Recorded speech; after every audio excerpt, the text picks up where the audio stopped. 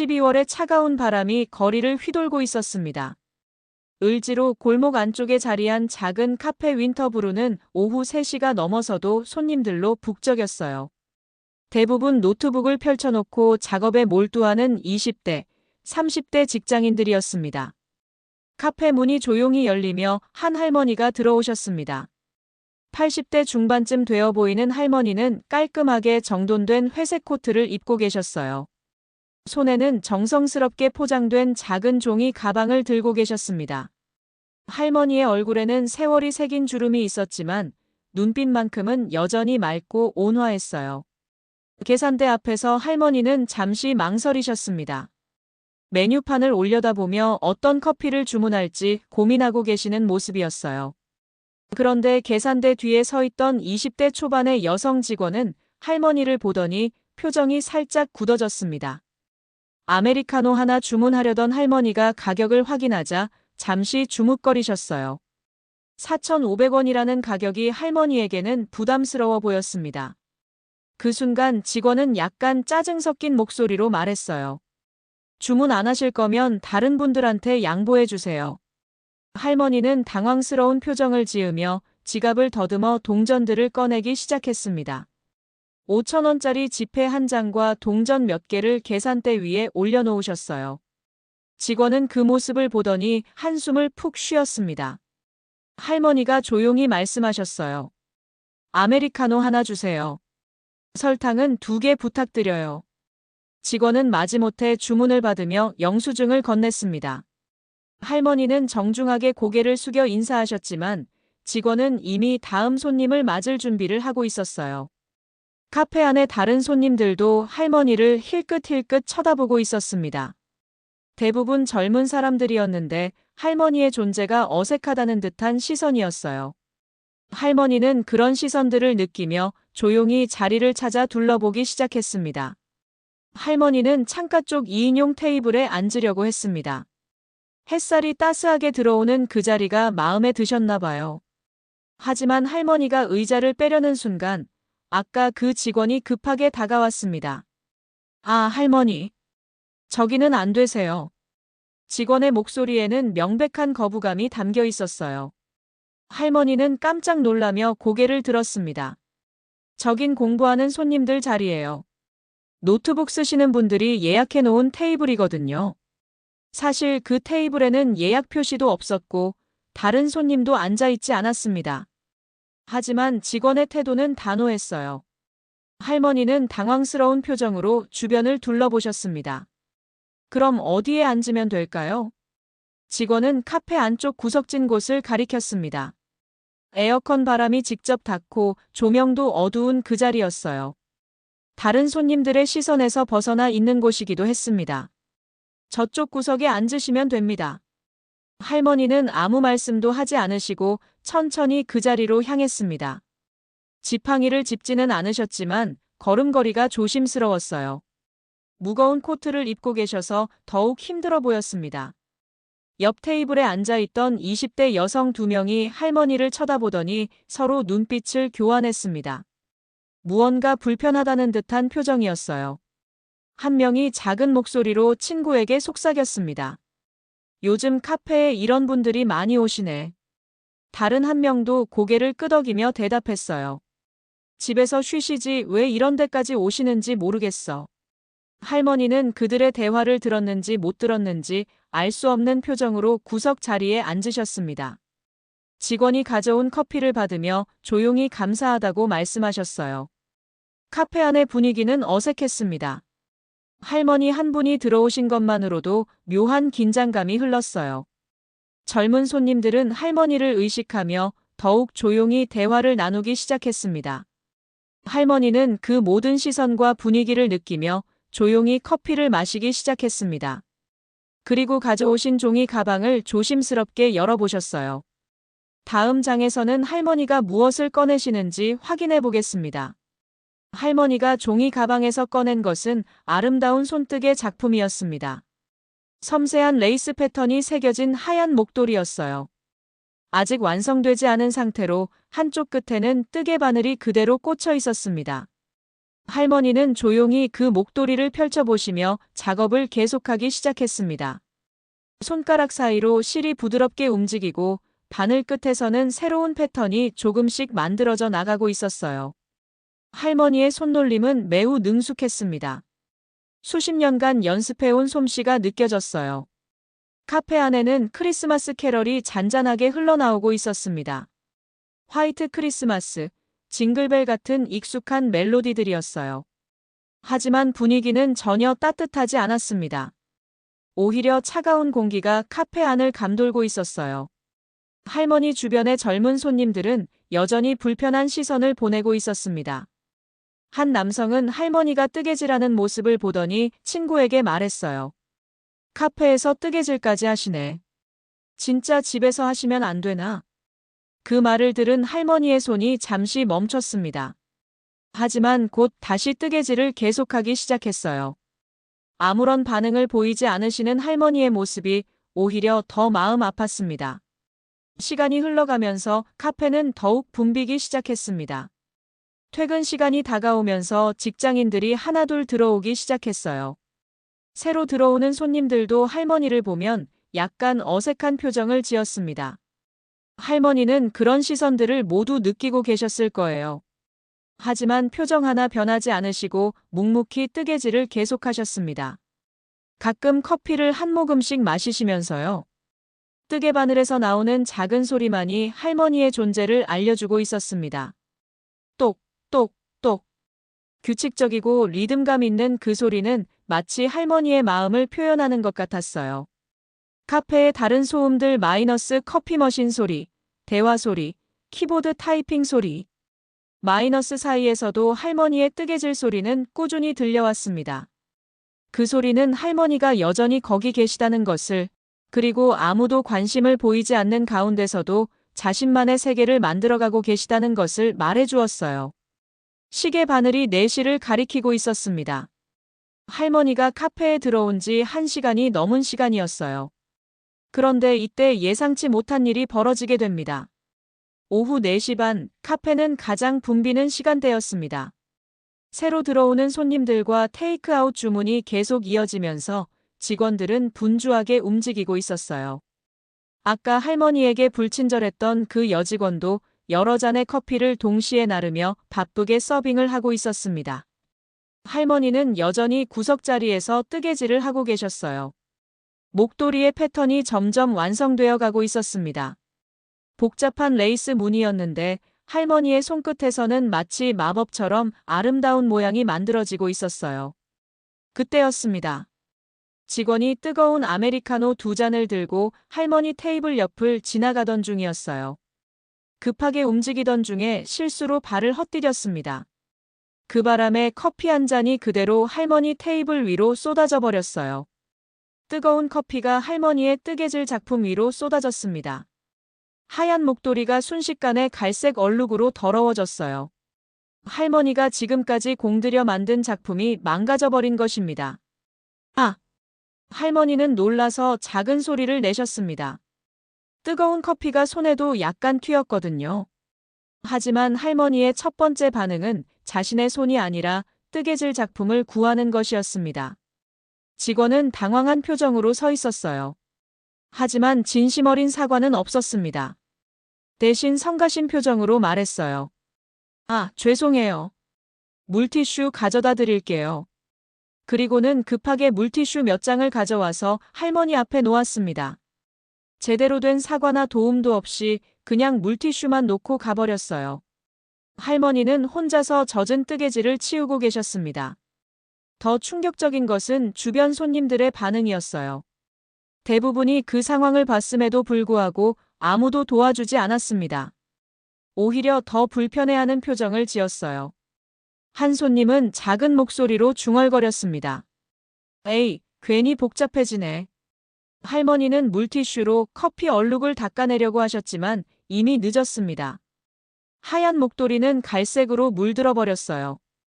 그 순간 할머니의 얼굴에 스치는 표정은 단순한 실망이 아니었습니다. 뭔가 더 깊은 상처를 받으신 것 같았어요. 그런데 할머니는 화를 내거나 항의하지 않으셨습니다. 오히려 미안하다는 듯한 표정으로 주변을 둘러보시며 조용히 정리를 하고 계셨어요. 그 모습이 보는 사람으로 하여금 더욱 마음 아프게 만들었습니다. 이때 카페 한쪽에서 이 모든 상황을 지켜보고 있던 한 사람이 있었습니다. 그는 곧 일어나서 직원에게 다가가려고 하고 있었어요. 카페 안쪽 구석 테이블에 앉아있던 한 남성이 조용히 일어났습니다. 50대 중반 정도로 보이는 그는 이 카페의 단골 손님이었어요. 매일 같은 시간에 와서 책을 읽거나 업무를 보는 것으로 유명했습니다. 직원들도 그를 잘 알고 있었어요. 그는 천천히 계산대로 걸어가서 아까 커피를 쏟은 그 여직원을 불렀습니다. 잠깐만요. 직원은 그의 목소리에 돌아봤어요. 단골 손님이니까 평소보다는 조금 더 정중한 태도를 보였습니다. 네, 무슨 일이세요? 남성은 할머니가 앉아 계신 구석을 가리키며 차분한 목소리로 말했습니다. 저분, 누군지 알아요? 직원은 잠시 당황스러운 표정을 지었어요. 갑작스러운 질문이었거든요. 누구시긴요? 그냥 손님이신데요. 남성은 고개를 천천히 저으며 말을 이었습니다. 저분, 예전 국립공예원 수석 강사셨어요. 우리나라 전통공예의 대가 중 한 분이시죠. 그 말을 들은 직원의 표정이 급격히 변했습니다. 국립공예원이라는 이름은 누구나 알고 있는 권위 있는 기관이었거든요. 주변에 있던 다른 손님들도 그 대화를 듣고 웅성거리기 시작했어요. 남성은 계속해서 설명했습니다. 제가 대학 때 공예학과였는데 저분 수업을 들었어요. 한국 전통 레이스 뜨개의 최고 권위자시죠. 수많은 제자를 키워내셨고 해외에서도 인정받는 작가셨어요. 직원의 얼굴이 점점 창백해졌습니다. 자신이 얼마나 무례하게 행동했는지 깨닫기 시작한 것 같았어요. 그런 분이셨어요? 네. 그리고 방금 전에 커피를 쏟아서 망가뜨린 그 작품은 아마 몇 달 동안 공들여 만드신 작품일 거예요. 저분의 뜨개질 실력을 생각하면 그 작품의 가치는 돈으로 따질 수 없을 정도죠. 카페 안의 분위기가 급격히 바뀌기 시작했습니다. 아까까지 할머니를 불편해하던 손님들도 이제는 다른 시선으로 바라보기 시작했어요. 누군가는 스마트폰을 꺼내서 할머니의 뜨개질 작품 사진을 찍기 시작했습니다. 할머니는 여전히 구석에서 조용히 젖은 작품을 말리고 계셨어요. 이 모든 상황을 모르는 듯이 말이죠. 하지만 주변의 변화된 분위기는 분명히 느끼고 계셨을 것입니다. 직원은 어떻게 해야 할지 몰라 당황하고 있었어요. 매니저에게 이 상황을 알려야 할지, 아니면 직접 할머니께 사과를 드려야 할지 갈등하고 있었습니다. 단골 손님은 마지막으로 덧붙였습니다. 저분 같은 분이 우리 카페에 오신 건 정말 영광스러운 일이에요. 그런데 우리가 어떻게 대했는지 생각해 보세요. 그 말이 끝나자 카페 안은 잠시 정적에 빠졌습니다. 단골 손님의 말이 끝나자 카페 안의 분위기는 완전히 바뀌었습니다. 아까까지 할머니를 불편해하던 시선들이 이제는 존경과 호기심으로 변했어요. 몇몇 손님들은 할머니의 뜨개질 작품을 더 자세히 보려고 조심스럽게 가까이 다가가기도 했습니다. 여직원은 얼굴이 새하얗게 질린 채로 서 있었어요. 자신이 얼마나 큰 실수를 했는지 뒤늦게 깨달은 것 같았습니다. 매니저에게 이 상황을 보고해야 할지 아니면 직접 사과를 드려야 할지 갈등하고 있었어요. 한 젊은 여성 손님이 스마트폰으로 할머니의 작품 사진을 찍더니 SNS에 올리기 시작했습니다. 그녀는 흥분한 목소리로 친구에게 말했어요. 이거 진짜 대박이다. 국립공예원 수석 강사셨던 분이 우리 카페에 계셔. 그 말을 들은 다른 손님들도 웅성거리기 시작했습니다. 누군가는 할머니에 대해 인터넷으로 찾아보기 시작했어요. 검색 결과에는 할머니의 과거 활동과 수상 경력들이 나와 있었습니다. 아, 진짜 대단한 분이시네. 해외 전시도 많이 하셨고 제자들이 전국에 있다고 하네요. 카페 안의 대화 주제가 모두 할머니로 집중되었습니다. 아까까지 할머니를 무시하던 사람들이 이제는 경외감을 표하고 있었어요. 하지만 이런 변화가 오히려 더 씁쓸하게 느껴졌습니다. 할머니는 여전히 구석에서 조용히 앉아 계셨어요. 커피로 얼룩진 작품을 정리하며 가방에 넣고 계셨습니다. 주변의 시선이 변한 것을 느끼고 계셨지만 표정은 별로 달라지지 않았어요. 오히려 더 조용해지신 것 같았습니다. 직원은 결국 매니저에게 상황을 보고했습니다. 매니저는 급하게 카운터로 나와서 상황을 파악하기 시작했어요. 단골 손님이 다시 한번 할머니의 정체를 설명해 주었습니다. 매니저의 얼굴도 창백해졌습니다. 이런 유명한 분을 직원이 무례하게 대했다는 것을 알게 된 것이죠. 더구나 소중한 작품까지 망가뜨렸다니요. 어떻게 해야 할까요? 직원이 떨리는 목소리로 물었습니다. 매니저는 잠시 생각하더니 직접 할머니께 다가가기로 했어요. 할머니는 이미 일어나실 준비를 하고 계셨습니다. 가방을 정리하시고 코트를 입으시는 중이었어요. 이 모든 시선과 관심이 부담스러우셨나 봅니다. 그런데 할머니가 일어나시려는 순간 뜻밖의 일이 벌어졌습니다. 한 손님이 조심스럽게 할머니께 다가와서 말을 걸었어요. 선생님, 혹시 잠깐만 시간 내주실 수 있을까요? 할머니는 고개를 들어 그 손님을 바라보셨습니다. 그 순간 할머니의 표정에 작은 변화가 일어났습니다. 그 다음 날 오후, 카페 윈터 브루 앞에는 평소와 다른 풍경이 펼쳐졌습니다. 문 앞에 사람들이 줄을 서 있었어요. 대부분이 중년 이상의 여성들이었는데 손에는 뜨개질 도구나 공예 작품을 들고 있었습니다. 어제 SNS에 올라온 할머니의 사진과 이야기가 순식간에 퍼져나갔던 것입니다. 특히 공예를 취미로 하는 사람들 사이에서는 그 할머니가 누구인지 모르는 사람이 없었어요. 국립공예원의 전설적인 강사로 불리던 분이었거든요.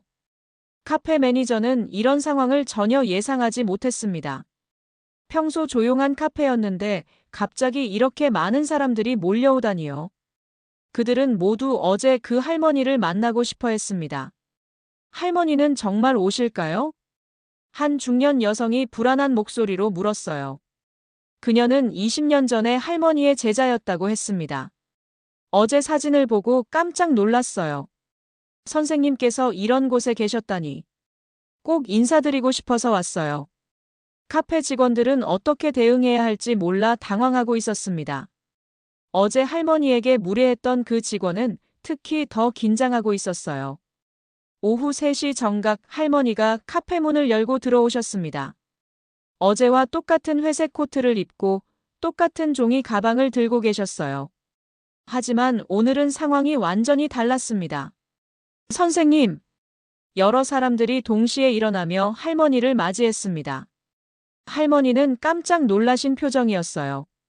이런 상황을 전혀 예상하지 못하셨던 것 같았습니다. 매니저가 급하게 나와서 할머니께 정중하게 인사를 드렸습니다. 선생님, 어제는 정말 죄송했습니다. 저희 직원이 실례를 많이 범했습니다. 할머니는 당황스러운 표정으로 주변을 둘러보셨어요. 자신을 보러 온 사람들이 이렇게 많다는 것이 믿어지지 않으시는 것 같았습니다. 그중 한 분이 조심스럽게 다가와서 말씀드렸어요. 선생님, 저 20년 전에 선생님 수업 들었던 김미영입니다. 기억하세요? 할머니의 얼굴에 잠시 당황스러운 표정이 스쳤지만 곧 따뜻한 미소를 지으셨습니다. 아, 미영이구나. 그래, 기억나. 그 순간 카페 안의 분위기가 완전히 바뀌었습니다. 어제의 차가운 공기는 온데간데 없고 따뜻한 정감이 흘렀어요. 선생님 작품 좀 보여주세요. 어제 사진으로 봤는데 정말 아름답더라고요. 할머니는 잠시 망설이시다가 가방에서 어제 커피에 젖었던 목도리를 꺼내셨습니다. 밤새 정성스럽게 손질하셨는지 얼룩은 많이 없어진 상태였어요. 사람들은 감탄사를 연발했습니다. 그 정교한 레이스 패턴과 섬세한 손길을 보고 모두가 놀라워했어요. 몇몇 분들은 눈물을 글썽이기도 했습니다. 매니저는 이 기회에 할머니께 정식으로 제안을 드렸습니다. 선생님, 저희 카페에서 작품 전시회를 열어드리고 싶습니다. 많은 분들이 선생님의 작품을 보고 싶어 하실 것 같아요. 할머니는 잠시 생각하시더니 고개를 저으셨어요. 전시는 괜찮아요. 그냥 조용히 뜨개질이나 하려고 왔는데 이렇게 많은 분들이 오셔서 오히려 미안하네요. 하지만 사람들은 계속해서 할머니와 대화를 나누고 싶어 했습니다. 그들에게 할머니는 단순한 공예가가 아니라 인생의 선배이자 스승 같은 존재였어요. 할머니는 결국 그들의 요청을 받아들여 잠시 자리에 앉으셨습니다. 그리고 옛날 이야기도 들려주시고 뜨개질 기법에 대해서도 설명해 주셨어요. 카페는 마치 작은 공예교실 같은 분위기가 되었습니다. 시간이 흘러 해가 저물어갈 무렵 사람들은 하나둘 자리를 떠나기 시작했습니다. 할머니께 인사를 드리고 연락처를 받아가는 분들도 있었어요. 다음 장에서는 할머니가 어떤 메시지를 남기시는지 확인해 보겠습니다. 일주일이 지났습니다. 할머니는 그 후로도 매일 같은 시간에 카페에 오셨어요. 하지만 처음 며칠과 달리 이제는 조용한 일상이 되었습니다. 구경꾼들은 더 이상 오지 않았고 카페는 다시 평범한 모습을 되찾았습니다. 할머니는 여전히 구석자리에 앉아서 뜨개질을 하고 계셨어요.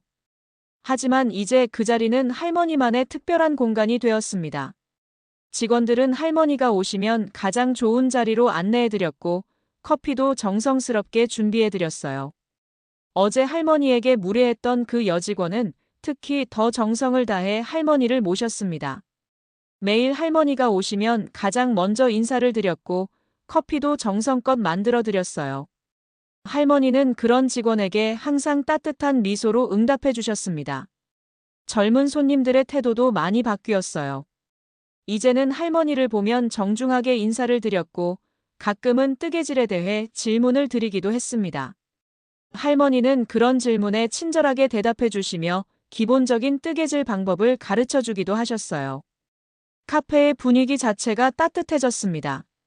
할머니가 계시는 것만으로도 사람들이 서로에게 더 친절해졌어요. 인사를 나누고 자리를 양보하고 작은 배려를 베푸는 일들이 자연스럽게 일어났습니다. 하지만 할머니는 이런 변화를 조용히 지켜보기만 하셨어요. 자신 때문에 생긴 변화라는 것을 알고 계셨지만 특별히 드러내지는 않으셨습니다. 그저 평소처럼 뜨개질을 하시고 커피를 마시시고 가끔 주변 사람들과 짧은 대화를 나누셨어요. 어느 금요일 오후 할머니는 평소보다 일찍 뜨개질을 정리하셨습니다. 가방에 작품을 넣으시고 천천히 일어나셨어요. 직원들과 몇몇 단골 손님들이 할머니께 인사를 드렸습니다. 할머니는 카페 문 앞에서 잠시 걸음을 멈추셨어요. 그리고 문 옆 게시판에 작은 쪽지 하나를 붙이셨습니다. 그 쪽지에는 할머니의 정성스러운 손글씨로 이런 문장이 적혀 있었어요. 따뜻한 건 커피가 아니라 사람의 태도입니다. 할머니는 그 쪽지를 붙이시고 나서 뒤돌아보지 않고 조용히 카페를 떠나셨습니다. 회색 코트를 입은 할머니의 뒷모습이 석양 속으로 사라져갔어요. 다음 주 월요일 할머니는 카페에 오시지 않았습니다. 화요일도 수요일도 마찬가지였어요. 사람들은 할머니가 어디 가신 건지 궁금해했지만 아무도 할머니의 소식을 알 수 없었습니다. 하지만 할머니가 남기신 그 메시지는 여전히 카페 벽에 붙어 있었어요. 그리고 그 메시지는 카페를 찾는 모든 사람들에게 작은 깨달음을 주고 있었습니다. 진정한 따뜻함은 물질에서 나오는 것이 아니라 사람의 마음에서 나온다는 것을 말이죠.